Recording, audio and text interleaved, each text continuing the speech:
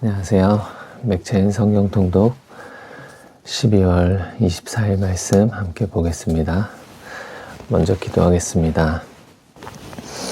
좋으신 아버지 하나님 감사합니다. 오늘도 말씀 볼 수 있는 은혜를 더해 주시고 이러한 시간을 우리에게 주시니 감사드립니다. 말씀 보고 하나님을 알기를 원하고 하나님 앞에 더욱 겸손해지기를 원합니다. 무익한 종이 되어 무익한 종이 되는 게 아니라 이미 무익한 종이었는데 주님의 은혜로 지금까지 왔습니다. 늘 무익한 종임을 잊지 않게 해주시고 하나님 앞에서 주장하는 자세를 하지 않기를 원합니다. 예수 그리스도의 이름으로 기도합니다. 아멘. 역대하 29장입니다. 역대하 29장. 유다 왕 히스기야의 성전 정화. 드디어 히스기야 왕이 나오는군요. 좋은 왕이죠. 히스기야가 왕위에 오를 때 나이가 25세라 예루살렘에서 29년 동안 다스리니라. 그의 어머니의 이름은 아비야요 스가랴의 딸이더라. 히스기야가 그의 조상 다윗의 모든 행실과 같이 여호와 보시기에 정직하게 행하여 첫째 해 첫째 달에 여호와의 전 문들을 열고 수리하고 제사장들과 레위 사람들을 동쪽 광장에 모으고 그들에게 이르되 레위 사람들아 내 말을 들으라. 이제 너희는 성결하게 하고 또 너희 조상들의 하나님 여호와의 전을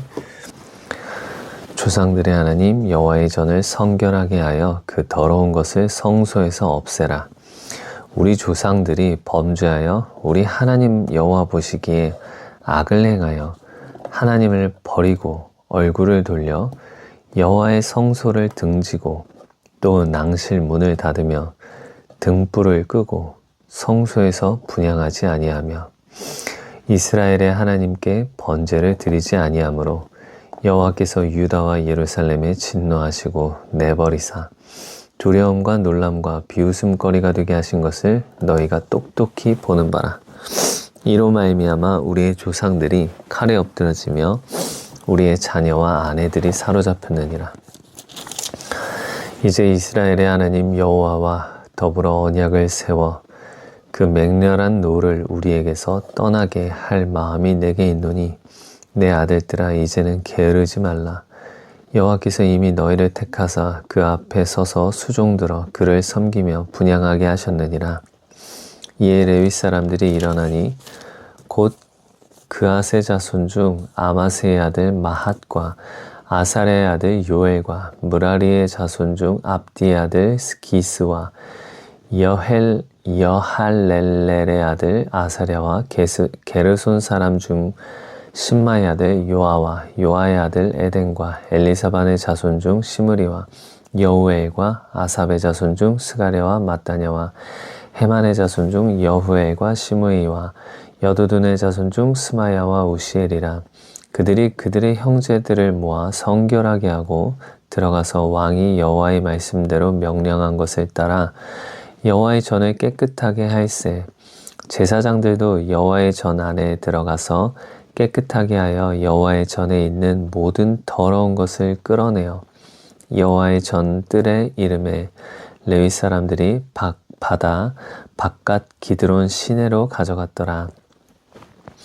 첫째 달 초하루에 성결하게 하기를 시작하여 그 달 초 8일에 여호와의 낭실에 이르고 또 8일 동안 여호와의 성전을 성결하게 하여 첫째 달 16일에 이르러 마치고 안으로 들어가서 히스기야 왕을 보고 이르되 우리가 여호와의 온 전과 번제단과 그 모든 그릇들과 떡을 진설하는 상과 그 모든 그릇들을 깨끗하게 하였고 또 아하스 왕이 왕위에 있어 범죄할 때 버린 모든 그릇들도 우리가 정돈하고 성결하게 하여 여호와의 제단 앞에 두었나이다 하니라. 성전의 일이 갖추어지다. 히스기야 왕이 일찍 일어나 성읍의 귀인들을 모아 여호와의 전에 올라가서 숫송아지 7마리와 순양 7마리와 어린 양 7마리와 순염소 7마리를 끌어다가 나라와 성소와 유다를 위하여 속죄의 제물로 삼고 아론의 자손 제사장들을 명령하여 여호와의 제단에 드리게 하니 이에 숫소를 잡음에 제사장들이 그 피를 받아 제단에 뿌리고 또 순양들을 잡음에 그 피를 제단에 뿌리고 또 어린 양들을 잡음에 그 피를 제단에 뿌리고 이에 속죄의 제물로 드릴 순염소들을 왕과 회중 앞으로 끌어오매 그들이 그 위에 안수하고 제사장들이 잡아 그 피를 속죄제로 삼아 제단에 드려 온 이스라엘을 위하여 속죄하니 이는 왕이 명령하여 온 이스라엘을 위하여 번제와 속죄제를 드리게 하였음이더라. 왕이 레위 사람들을 여호와의 전에 두어서 다윗과 왕의 선견자 갓과 선지자 나단이 명령한 대로 재금과 비파와 수금을 잡게 하니 이는 여호와께서 그의 선지자들로 이렇게 명령하셨습니다. 레위 사람은 다윗의 악기를 잡고 제사장은 나팔을 잡고 섬에 히스기야가 명령하여 번제를 제단에 드릴세 번제 드리기를 시작하는 동시에 여호와의 시로 노래하고 나팔을 불며 이스라엘 왕 다윗의 악기를 울리고 온 회중이 경배하며 노래하는 자들은 노래하고 나팔 부는 자들은 나팔을 불어 번제를 마치기까지 이르니라. 제사 드리기를 마침에 왕과 그와 함께 있는 자들이 다 엎드려 경배하니라. 히스기야 왕이 귀인들과 더불어 레위 사람을 명령하여 다윗과 선견자 아삽의 시로 여호와를 찬송하게 하매 그들이 즐거움으로 찬송하고 몸을 굽혀 예배하니라. 이에 히스기야가 말하여 이르되 너희가 이제 스스로 몸을 깨끗하게 하여 여호와께 드렸으니 마땅히 나와 제물과 감사 제물을 여호와의 전으로 가져오라 하니 회중이 제물과 감사 제물을 가져오되 물은 마음에 원하는 자는 또한 번제물도 가져오니 회중이 가져온 번제물의 수요는 숫소가 70마리요 순양이 100마리요 어린 양이 200마리이니 이는 다 여호와께 번제물로 드리는 것이며 또 구별하여 드린 소가 600마리요 양이 3,000마리라.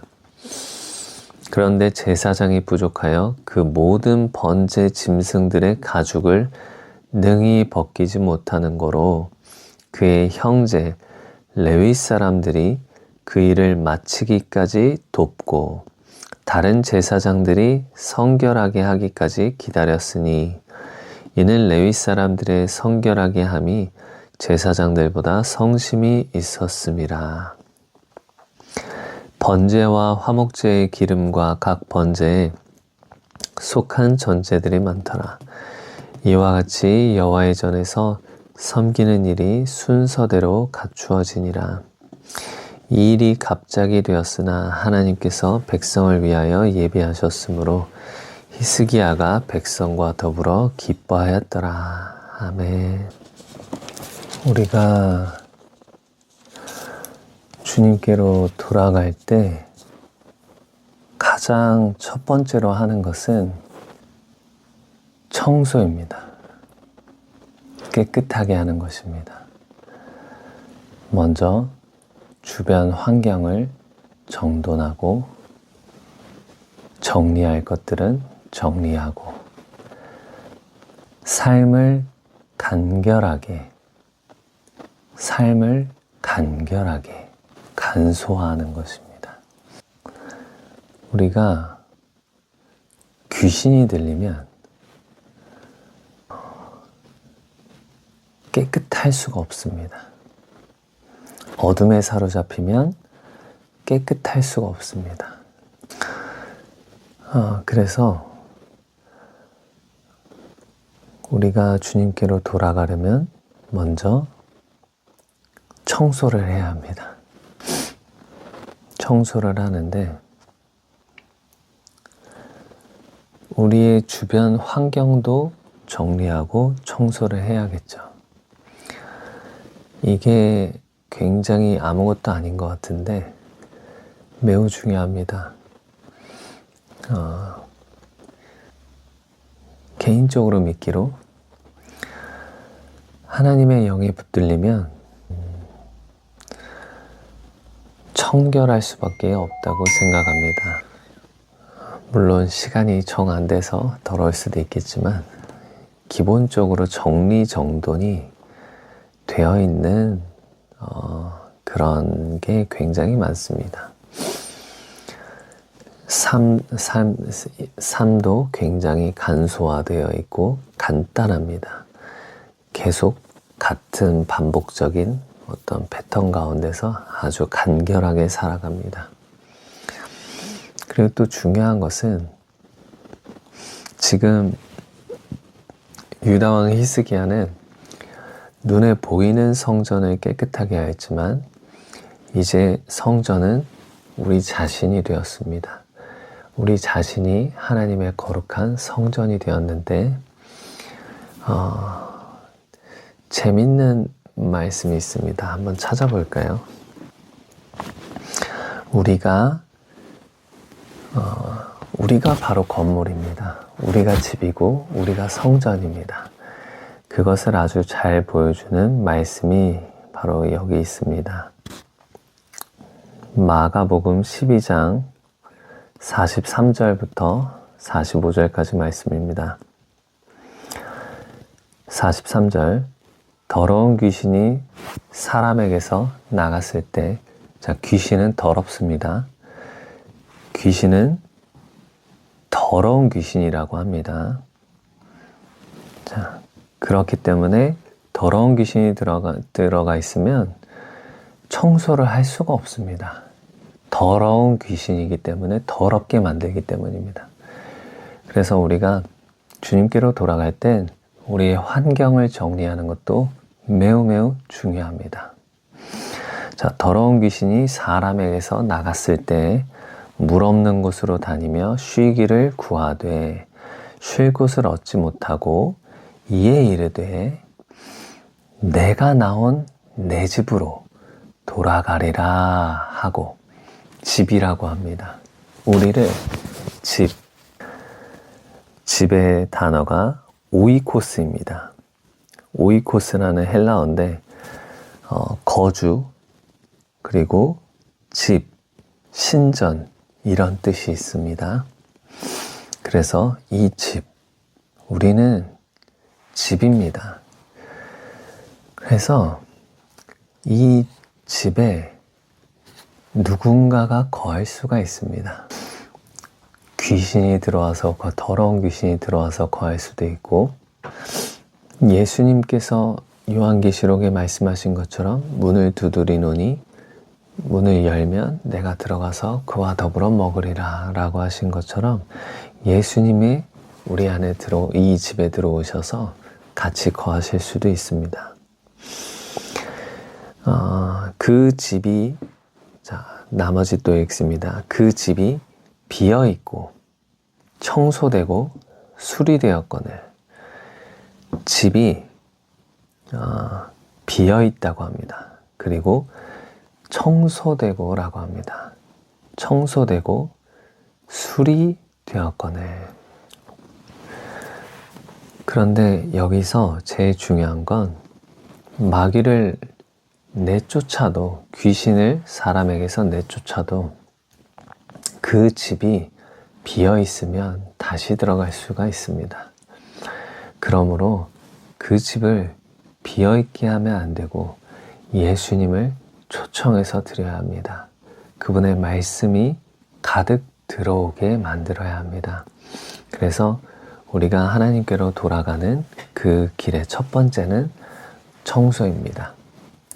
주변을 청소하고 삶을 간결하게 정돈화하고, 이것이 바로 그 죄악을 버리고 너희가 원래 하던 것을 버리고 돌이켜서 하나님께로 돌아가는 그 일인 것입니다. 그리고 우리의 모든 죄들을 주님께로 돌아가면 그 이후에 주님께서 예수님의 피로 정결하게 씻어주십니다. 깨끗하게 하십니다. 그리고 예수님이 그 집의 주인이 되시는 거죠. 이것이 귀신이 다스리던 집에서 예수님이 다스리는 집으로 돌아가는 과정입니다. 이러한 과정에 대해서 저희는 실제 지금 역대하 29장을 보면서 눈에 보이는 성전으로부터 이것을 볼 수가 있었습니다. 그러므로 주님께로 돌아가고자 한다면 주변을 정리하시고 관계도 정리하시고 복잡한 삶도 간단하게 간소화하시고 이러한 과정들로 진입하셔서 하나님의 말씀으로 채우시고 하나님의 은혜가 주님이 다스리시는 집과 성전이 되기를 축복합니다. 요한계시록 15장입니다. 요한계시록 15장 보겠습니다. 또 하늘에 크고 이상한 다른 이적을 보매 일곱 천사가 일곱 재앙을 가졌으니 곧 마지막 재앙이라. 하나님의 진노가 이것으로 마치리로다. 또 내가 보니 불이 섞인 유리바다 같은 것이 있고 짐승과 그의 우상과 그의 이름의 수를 이기고 벗어난 자들이 유리바닷가에 서서 하나님의 검은고를 가지고 하나님의 종 모세의 노래 어린 양의 노래를 불러 이르되 주 하나님 곧 전능하신 이시여 하시는 일이 크고 놀라우시도다. 만국의 왕이시여 주의 길이 의롭고 참되시도다. 주여 누가 주의 이름을 두려워하지 아니하며 영화롭게 하지 아니하오리이까 오직 주만 거룩하시니이다. 주의 의로우신 일이 나타났음에 만국이 와서 주께 경배하리이다 하더라. 또 이 일 후에 내가 보니 하늘의 증거 장막의 성전이 열리며 일곱 재앙을 가진 일곱 천사가 성전으로부터 나와 맑고 빛난 세마포 옷을 입고 가슴에 금띠를 띠고 네 생물 중에 하나가 영원토록 살아계신 하나님의 진노를 가득히 담은 금대접 일곱을 그 일곱 천사들에게 주니 하나님의 영광과 능력으로 말미암아 성전의 연기가 가득 차매 일곱 천사의 일곱 재앙이 마치기까지는 성전에 능히 들어갈 자가 없더라. 아멘. 요한계시록 15장은 잘 모르겠습니다. 그리고 제가 한 가지 또 나눌 것이 있는데 제가 말씀을 보고 나서 새벽에 말씀을 보고 나면 그 말씀들이 이렇게 하루 종일 묵상이 되면서 저를 이렇게 끌고 가야 되는데 그 안에 제가 머물러야 하는데 그게 안 되더라고요. 그래서 제가 이런 메모지에다가 이런 메모지입니다. 이런 메모지에다가 말씀 읽었던 것을 요약 부분을 써서 이렇게 핸드폰 뒤에 케이스 안에다가 넣어 다닙니다. 그래서 핸드폰 볼 때 우리는 핸드폰을 참 잘 보는데 핸드폰 볼 때 그 뒤에다가 해놔가지고 조금이라도 기억하고 다시 묵상하고 그 안으로 들어갈 수 있게 제가 노력하는 부분입니다. 제가 참 안 돼서 그게 말씀 안에서 살고 싶은데 이 말씀을 금방 등 뒤로 던져버리고 잊어버리는 것 같더라고요. 말씀이 제 안에 깊이 새겨지길 원하고 또한 이렇게 해서라도 하나님의 말씀이 저의 삶에 더 머물러 주시기를 원합니다. 저의 생각 가운데서도 스가랴 11장 보도록 하겠습니다. 요단의 자랑이 쓰러지다. 레바논아, 내 문을 열고 불이 내 백향목을 사르게 하라. 너 잣나무여 곡할지어다. 백향목이 넘어졌고 아름다운 나무들이 쓰러졌음이로다. 바산의 상수리 나무들아 곡할지어다. 무성한 숲이 엎드려졌도다. 목자들의 곡하는 소리가 나며 그들의 영화로운 것이 쓰러졌음이로다. 어린 사자의 부르짖는 소리가 나며 이는 요단의 자랑이 쓰러졌음이로다. 여호와 나의 하나님이 이르시되 너는 잡혀 죽을 양떼를 먹이라. 사들인 자들은 그들을 잡아도 죄가 없다 하고 판자들은 말하기를 내가 부여하게 되었은즉 여호와께 찬송하리라 하고 그들의 목자들은 그들을 불쌍히 여기지 아니하는도다. 여호와가 말하노라. 내가 다시는 이 땅 주민을 불쌍히 여기지 아니하고 그 사람들을 각각 그 이웃의 손과 임금의 손에 넘기리니 그들이 이 땅을 칠지라도 내가 그들의 손에서 건져내지 아니하리라 하시기로 내가 잡혀 죽을 양떼를 먹이니 참으로 가련한 양들이라. 참으로 가련한 양들이라.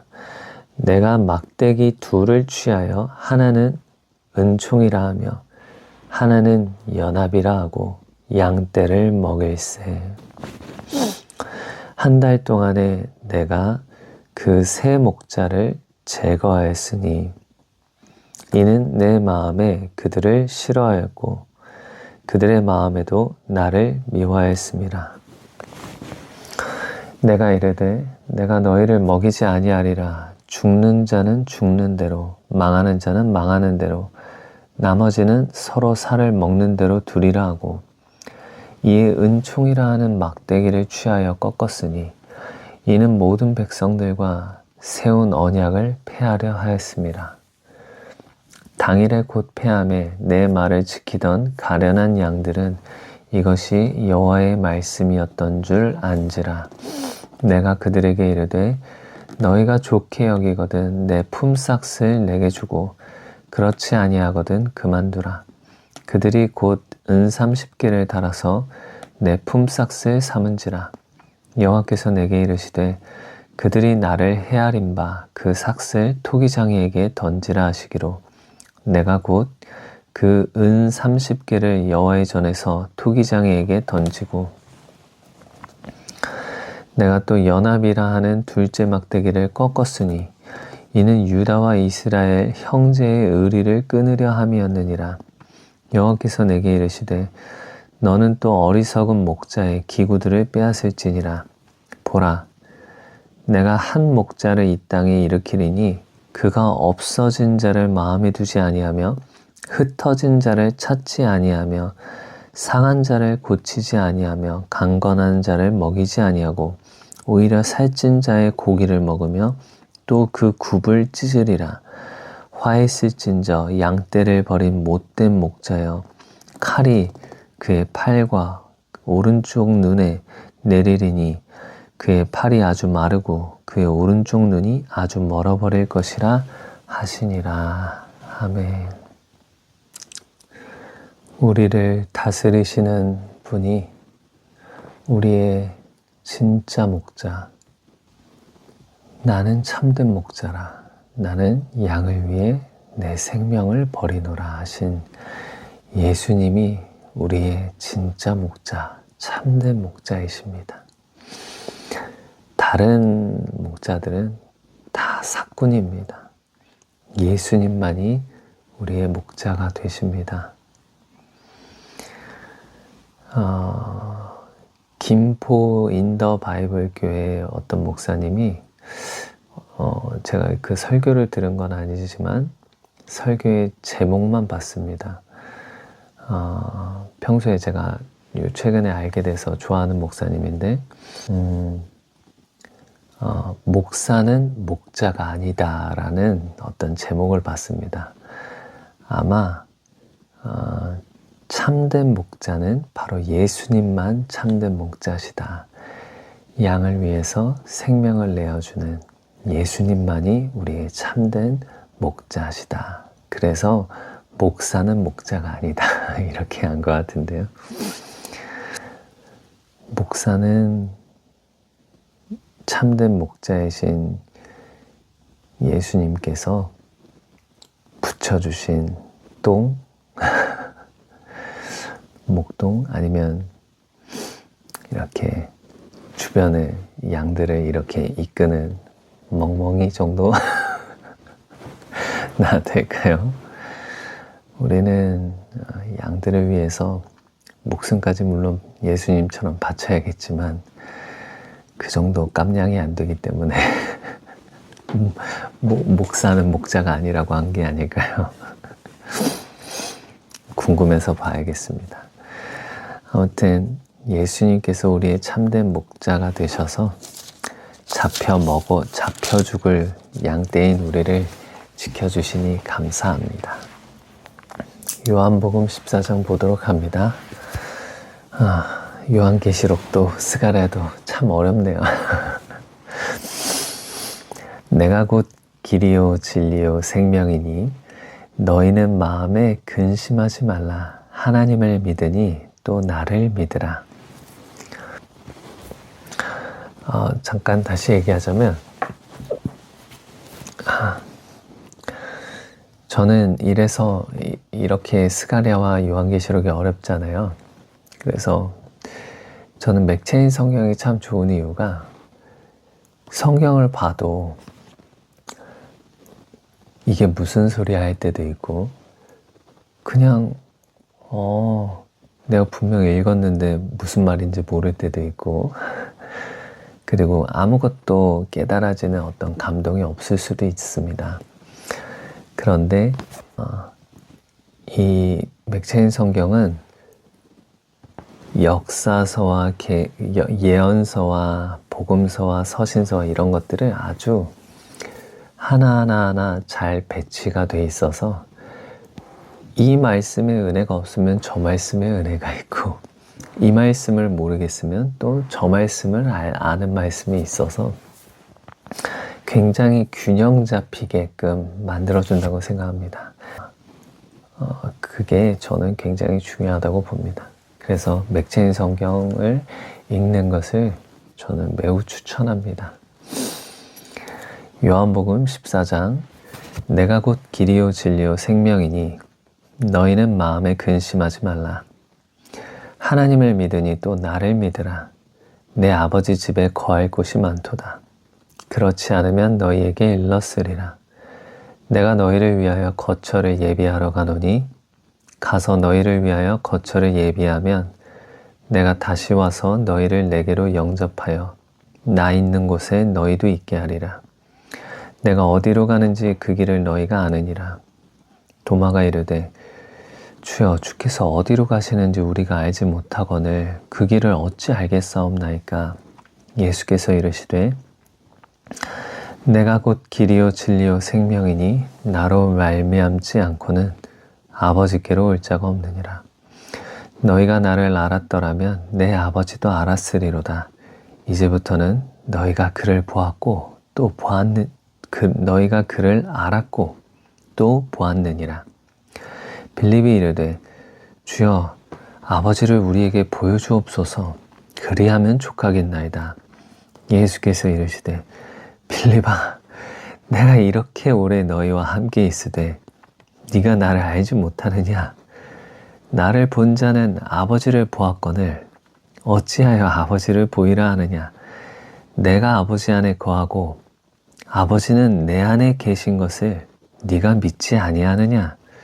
내가 너희에게 이르는 말은 스스로 하는 것이 아니라 아버지께서 내 안에 계셔서 그의 일을 하시는 것이라.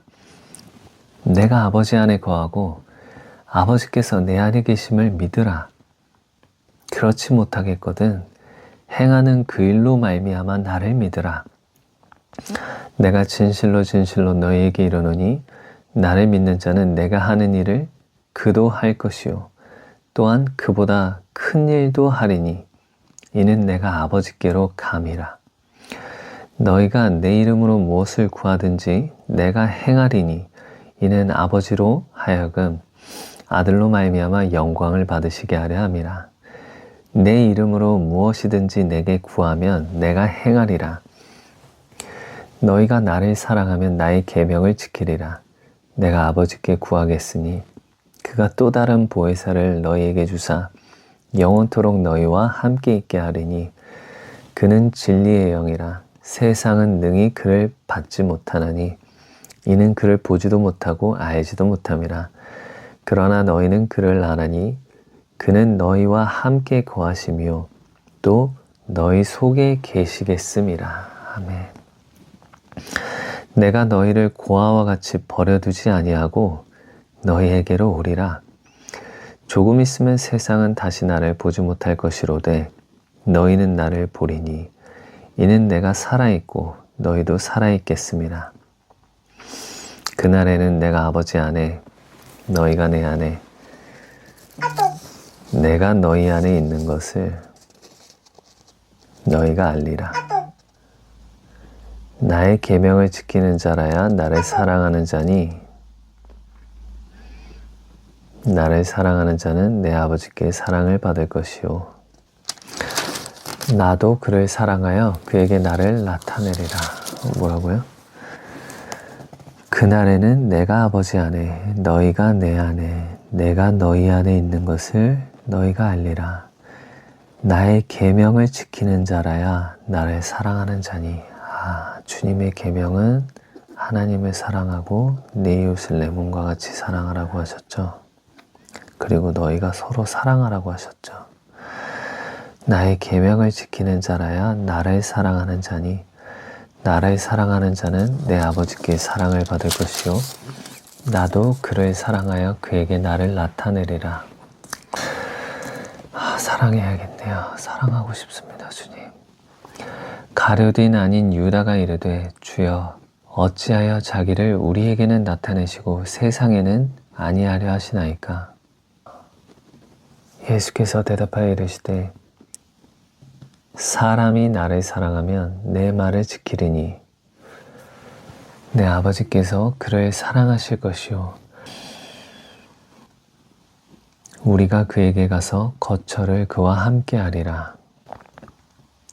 나를 사랑하지 아니하는 자는 내 말을 지키지 아니하나니 너희가 듣는 말은 내 말이 아니요 나를 보내신 아버지의 말씀이니라. 보혜사 내가 아직 너희와 함께 있어서 이 말을 너희에게 하였거니와 보혜사 곧 아버지께서 내 이름으로 보내실 성령 그가 너희에게 모든 것을 가르치고 내가 너희에게 말한 모든 것을 생각나게 하리라. 내가 아직 너희와 함께 있어서 이 말을 너희에게 하였거니와 보혜사 곧 아버지께서 내 이름으로 보내실 성령 그가 너희에게 모든 것을 가르치고 내가 너희에게 말한 모든 것을 생각나게 하리라. 평안을 너희에게 끼치노니 곧 나의 평안을 너희에게 주노라. 내가 너희에게 주는 것은 세상이 주는 것과 같지 아니하니라. 너희는 마음에 근심하지도 말고 두려워하지도 말라. 내가 갔다가 너희에게로 온다 하는 말을 너희가 들었나니 나를 사랑하였더라면 내가 아버지께로 감을 기뻐하였으리라. 아버지는 나보다 크심이라. 이제 일이 일어나기 전에 너희에게 말한 것은 일이 일어날 때에 너희로 믿게 하려 함이라. 이후에는 내가 너희와 말을 많이 하지 아니하리니 이 세상의 임금이 오겠음이라. 그러나 그는 내게 관계할 것이 없으니 오직 내가 아버지를 사랑하는 것과 아버지께서 명하신 대로 행하는 것을 세상이 알게 하려 함이로라. 일어나라 여기를 떠나자 하시니라. 우리 인생에서 지금 요한복음 14장을 보면서 지금 가장 중요한 분은 바로 성령님이십니다. 하나님 아버지는 세상을 창조하시고 우리를 사랑하시고 모든 것을 계획하시고 예배하셨습니다. 예수 그리스도는 하나님의 아들로서 아버지의 뜻을 따라 우리의 영원한 구속과 함께 이 땅과 하늘에 있는 모든 권세를 다시 찾아오셨습니다. 그리고 자신의 사명을 다 마치시고 하늘로 올라가셨습니다. 이젠 심판하실 그날까지 보좌 옆에 하나님의 우편에 앉아 계십니다. 그리고 이제 우리 곁에는 성령님께서 계십니다. 보혜사께서 계시는데 이 보혜사의 원어가 파라클레토스입니다. 파라는 무엇 곁에, 그리고 클레토스는 부름을 받은 자라는 뜻인데 이게 결합된 겁니다. 그래서 곁에서 도와주기 위해 부름을 받은 사람이라는 뜻이 바로 파라클레토스, 헬라어 원어입니다. 성령님께서 이 파라클레토스가 되어서 우리 곁에 이제 들어오셔서 우리를 도와주기 위해 부름을 받으신 것입니다. 예수님께서 십자가에 못 박히셔서 그 이후로 이제 이것이 합법이 돼서 성령님께서 우리와 동행하게 된 것입니다. 보혜사의 한자적 의미도 보겠습니다. 보는 지킬 보입니다. 보호합니다. 보호해 주십니다. 그리고 해는 은혜 해입니다. 우리에게 은혜를 베풀어 주십니다. 그리고 사는 스승사입니다. 우리를 가르쳐 주십니다. 은혜로 보호하고 가르치시는 스승이라는 뜻이 바로 보혜사입니다.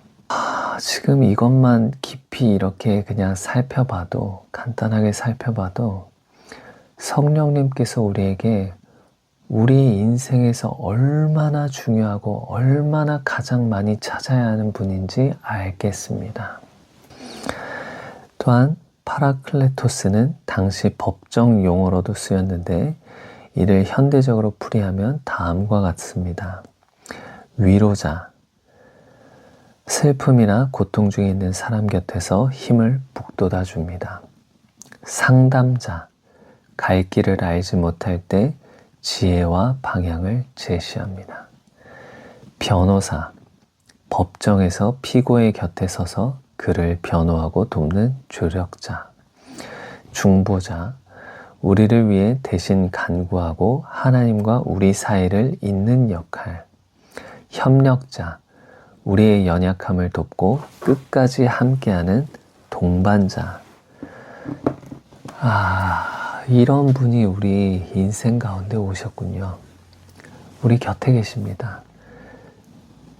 우리 곁에 계시는데 이토록 중요하고 우리 인생에서 정말 가장 필요한 분을 없는 것 같이 살았군요. 성령님 죄송합니다.